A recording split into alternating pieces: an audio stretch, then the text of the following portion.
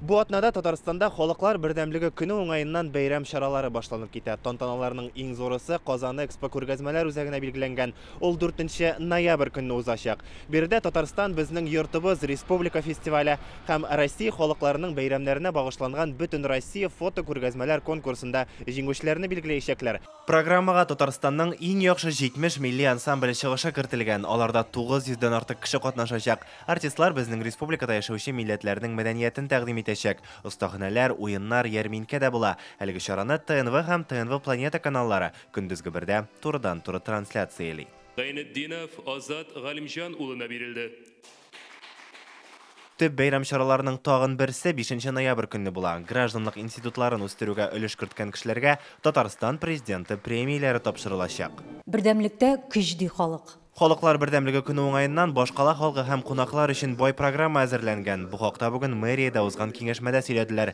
1 ноябрь көнне Сандугач китапханәсендә күп милләтле Татарстанның музыка традицияләре дигән кичә оештырыла. Бирдә фольклор ансамбле чыгышы, викторина, китапханә буйлап экскурсия булачак. Шул ук көнне Дәрвишләр бистәсендәге Сәйд Галиев исемендәге мәдәният йорты каршында төрле милләт вәкилләре агачлар утыртырга җыелачак. Шәһәрнең мәдәният йортлары да концертлар әзерләгән. 2 ноябрьдә Юнус мәдәният йортында, 3 ноябрьдә Залесный һәм Тимер юлчылар залларында тамашачыларны көтеп калалар. Һәрбер музей, һәрбер китапхана, һәрбер шәһәр концертлар залы фотовыставкалардан башлап, ниндидер шундый зур чаралар узачак.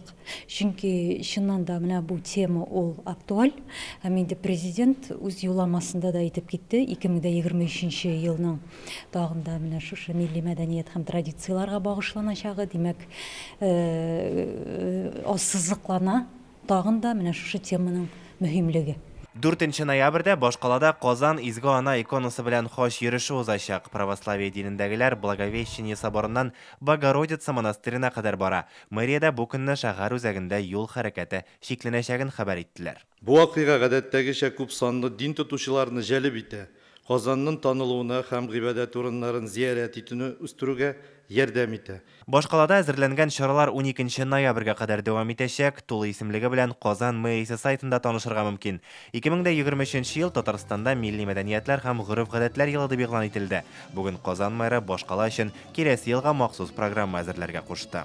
Это не только должны быть песни и пляски. Бу программа ниндидер җыр һәм биюгә генә кайтып калырга тиеш түгел. Казан башкаларга үрнәк булсын. Моның өчен бездә барысы да бар.